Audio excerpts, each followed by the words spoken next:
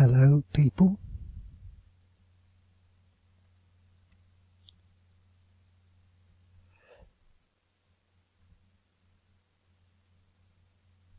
This screencast is to go into details that aren't mentioned in the write-up on the page.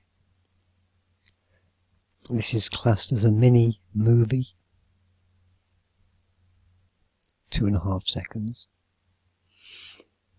and from it we get a feel for this sense of humour.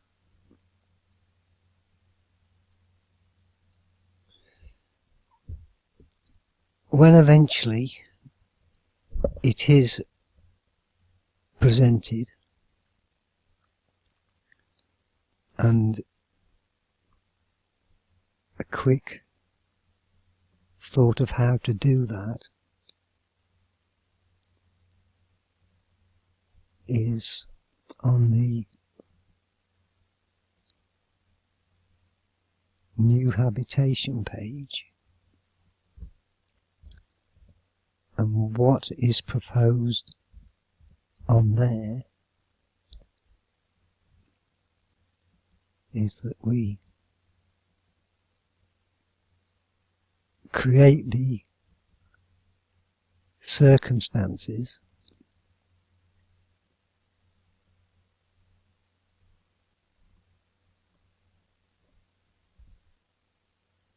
which will enable you to receive the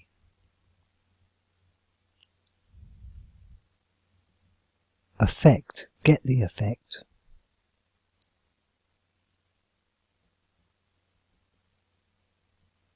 of the picture, the movies, as this person experienced them. Is it on this one? No. Bear with me.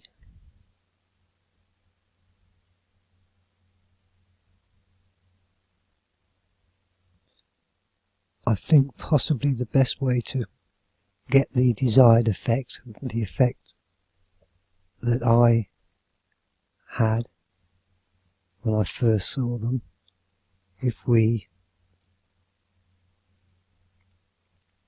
could either do it using a virtual reality headset, because the images do come across extremely vividly in those, and all of them are vivid. We could have a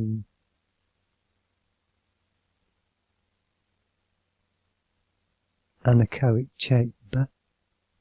That's a soundproof room.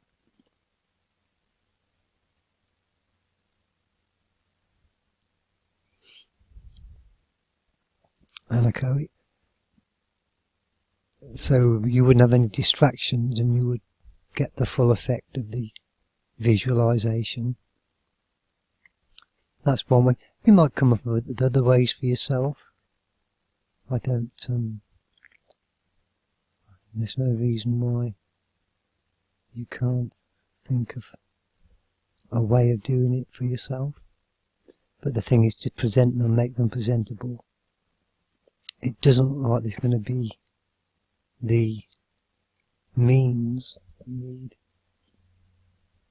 You need graphic designers to CGI people to compose the pictures and mini movies. So I can't see that being ready until we're operating out of the auditorium. There it was.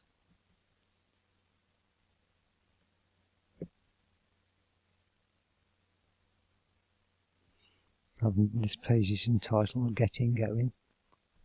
So it is envisaged that we'll have a auditorium with about 10,000 personnel in it for languages and sub-dialects.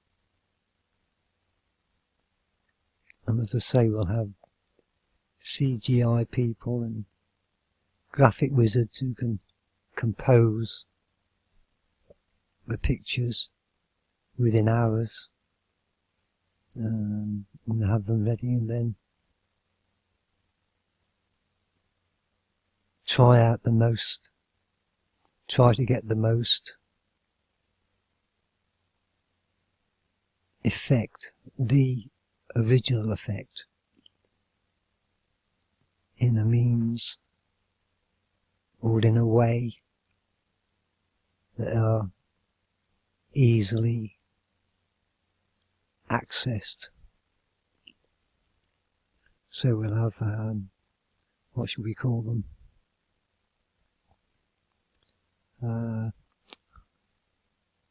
Visual picture page booths or picture page rooms.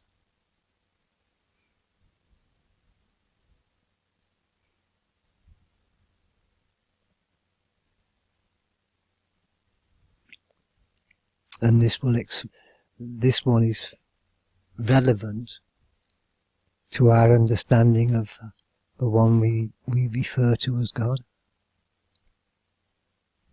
because he's going to show you his sense of humour, but it's not one that most people won't be able to easily identify with. And that's because his experiences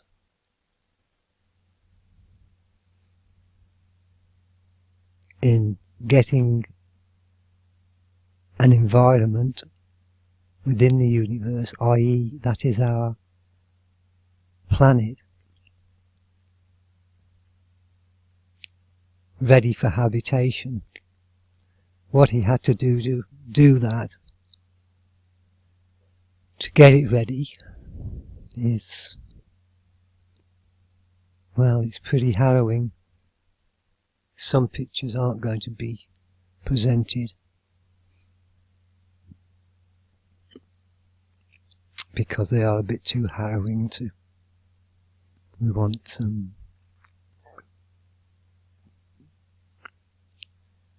to keep things as light as possible.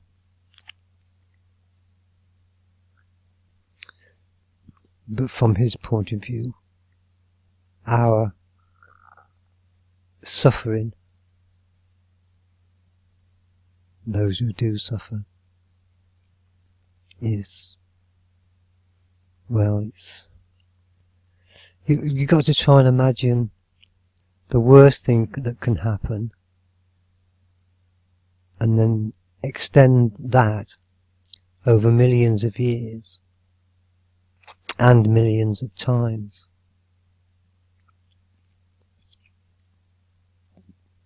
To appreciate what he had to endure. But on the other side of things, the good things are ready for experiencing outnumber the bad things that are being experienced, are outnumbered by infinity to one. It's the endlessness of a quality existence. Existence isn't really a upbeat word for describing a heavenly state. Our level of being is completely different to what we're here experiencing here and now. It's just in no way comparable. We just can't put anything that we're doing here and now into the heavenly state. It just isn't there. You can try contemplating the word endlessness. Our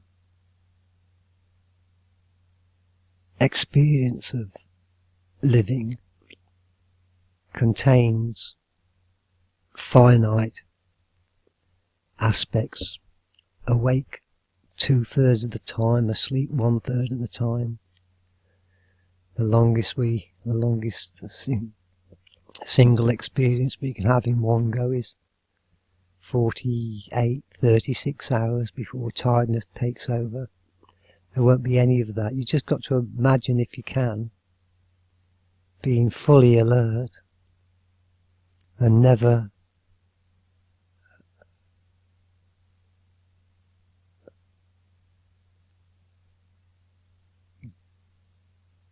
being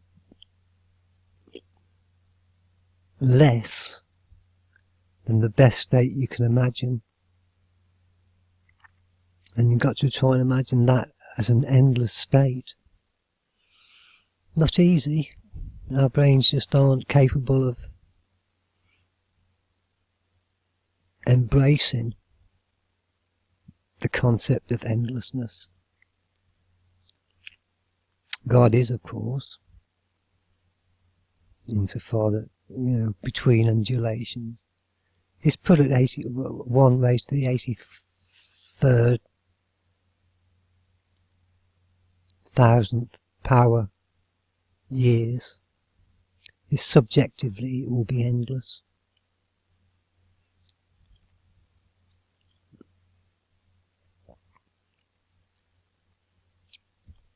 Sometimes I do get an insight into it, and hopefully some of you do as well. It forces the brain into a mode which it just hasn't developed yet. So we can only go so far with it, but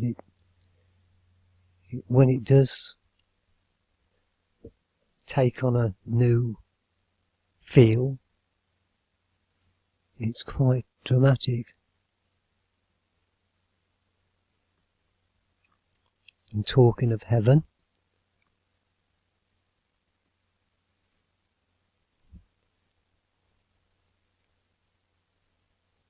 the master mover will be showing us, or indoctrinating us, acclimatizing us, orienting us to what will be coming. And it will be doing that on a personal level in 5,000 million years from now.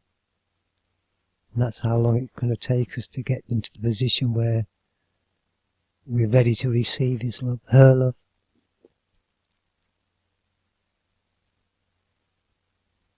We'll have to do a screencast and try and sort out the gender side of things as it relates to God. You understand the notion that he can be both gender. Well, the woman gender is an extension of the best of the male gender, but that's for another screencast.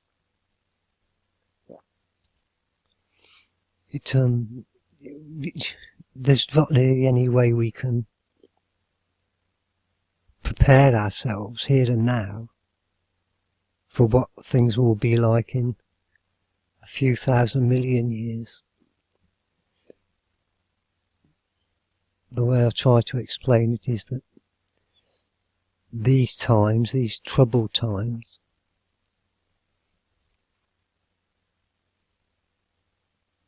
there will be no more part of our conscious state than was our evolution through the fish period. We just won't have any We'll know they were there, but we won't have any inkling of what it was like. And that's how it will be when he's with us, she's with us.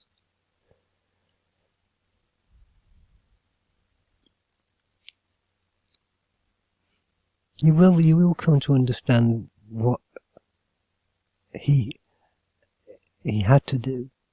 He was in male. He was as a male gender when all the bad stuff went down. But that was superseded, replaced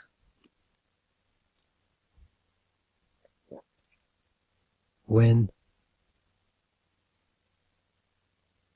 that was replaced by a different notion, the notion of love. When he began extending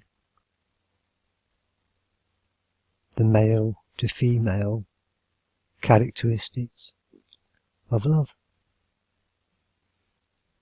You'll appreciate him fully, her eventually, one day. Not that he wants appreciation or anything, he just wants us to be ready to have a good time in terms of clean, reciprocal love and laughter, love and fun. Did I mention it before? Whatever you do when you're in heaven, do not play hide and seek with him, her. He'll have you running around the dimensions, you won't know whether you're coming or going. He is the master mover, the master player. I hope this screencast has instilled in you, given you a greater motivation to, as our bodies would say, get things done and get on with evolving. Hope you got something out of this screencast. I'm honing my skills at screencasting, so they can only get better. And I'll see you later. Take it easy.